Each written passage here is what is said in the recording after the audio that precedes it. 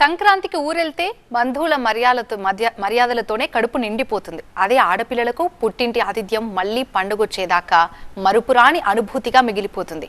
పెళ్ళై ఎన్నాళ్ళైనా ఆడపిల్లకు పుట్టింటిపై ఉండే ఆపేక్ష అలా ఉంటుంది. మరి ఇక కొత్తగా పెళ్లి చేసుకున్న అత్తగారింటికి వెళ్ళిన కూతురు సంక్రాంతికి ఇంటికొస్తే ఆ కొత్త జంటకి ఆతిథ్యం మరో రేంజ్ లో ఉంటుంది.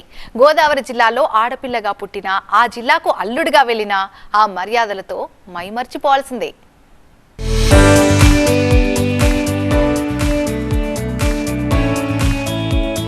అందరూ కొట్టి చంపేస్తే గోదావరి జిల్లా వాళ్ళు పెట్టి చంపేస్తారంటారు.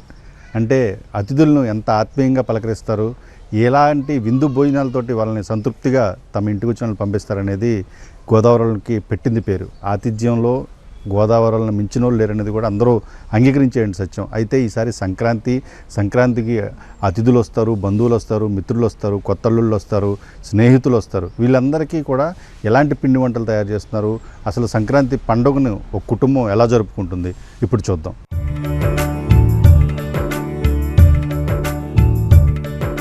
సంక్రాంతి వచ్చిందంటే సొంతూరికి కన్నవారికి దూరంగా ఉండేవారంతా దేశ విదేశాల నుంచి తిరిగొస్తారు. అయిన వాళ్ల ఆగమనంతో తెలుగు పల్లెల్లో సంక్రాంతి అనుబంధాల రంగవల్లులు అల్లుకుంటుంది. స్వచ్ఛమైన ప్రేమను పంచుతుంది. అత్తవారింటికి వెళ్లిన ఆడపిల్ల పిల్లా జల్లాతో పుట్టింటికి చేరుకుంటుంది. ఉద్యోగ వ్యాపారాలపై ఎక్కడెక్కడో ఉన్న సంతానం ఈ క్షణం కోసమే ఎదురు చూస్తూ ఉంటుంది. ఏడాదికి సరిపడా తీపి జ్ఞాపకాలను మూటగట్టుకుంటుంది. పెళ్ళయ్యాక కూతురు పెద్ద పండక్కొచ్చింది. అల్లుడు కూడా వచ్చేశాడు. అతిథి మర్యాదలు ఎలా ఉంటాయో మాటల్లో చెప్పలేం. పెళ్లయ్యాక పుట్టింటికొచ్చిన కూతురు కోసం పశ్చిమ గోదావరి జిల్లాకు చెందిన తులసి రాంబాబు దంపతులు మరుపురాని ఏర్పాట్లు చేశారు. పశ్చిమ గోదావరి జిల్లా పంజాబ్ వ్యామరంలో ఉన్నాను. నా పక్కన తులసి రాంబాబు గారు ఉన్నారు. ఆయన సామాజికవేత్త, సేవా కార్యక్రమాల్లో పాల్గొంటారు. అలాగే ఈ పండుగని కుటుంబ సమేతంగా ఎలా జరుపుకుంటున్నారనే విషయం కూడా తెలుసుకుందాం. గోదావరి ఏరియా ప్రజలంటే ప్రపంచవ్యాప్తంగా గుర్తింపు పొందిన ఏరియా ఇది. మాకు అదే మర్యాదలకి పెట్టుబోతులకి మంచి పేరని నానుడు పెద్దల నుంచి. మాకు పండగలో చుట్టుపక్కల ఉన్న బంధువులు కానీ ఇతర ఏరియాలో ఉన్న బంధువులందరినీ కూడా పిలిచి వాళ్ళకి 4 రకాల వంటలు అన్నీ పెట్టి మర్యాద చేసి చేయడం ఆనవాయితీ. దానికి తోడు సంక్రాంతి సంబరాలని, సంక్రాంతి తిరణాలని, సంక్రాంతి కోడిపందాలని ఇవన్నీ కూడా ఏ ఊరికి ఆ ఊరు బాగా భారీ ఎత్తున ఈవెంట్లు జరుగుతాయి.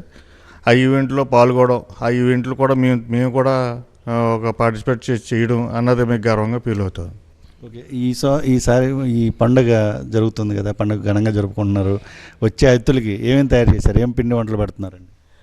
అరిసెలు, గవ్వలు, జంతికలు, కారపూస, నువ్వుల చిమ్మిడి. పూర్వం పల్లెలంటే మండువా లోకిళ్ళు, పూరిళ్ళు, పెంకుటిళ్ళు.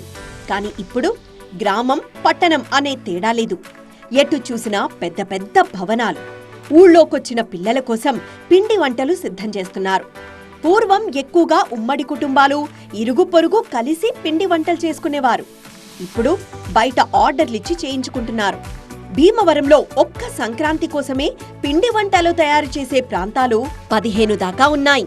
మన భీమవరంలో స్పెషల్స్ అనేవి అందించడానికి మేము చాలా ప్రయత్నిస్తాము. ఇక్కడ మనకి సంక్రాంతి స్పెషల్స్ ఏమేమి ఉంటాయంటే అరిసెలు ఉంటాయి, మనారం ఉండలు ఉంటాయి, పూతరేకులు, పాలకోవలు, ఇవన్నీ కూడా మన గోదావరి స్పెషల్ ఫుడ్ ఐటమ్స్ అన్నమాట. అరిసెలు, బూరెలు, చక్రాలు, కజ్జికాయలు, పూతరేకులు ఇలా ఎన్నో సంక్రాంతి స్పెషల్ స్వీట్స్ భీమవరంలో దొరుకుతాయి. ఇంట్లో చేసుకున్నంత రుచిగా, శుచిగా వాటి తయారీ ఉంటుంది. అందుకే పండక్కొచ్చినోళ్లు పార్సెల్లు చేయించుకొని మరీ తీసుకువెళ్తూ ఉంటారు.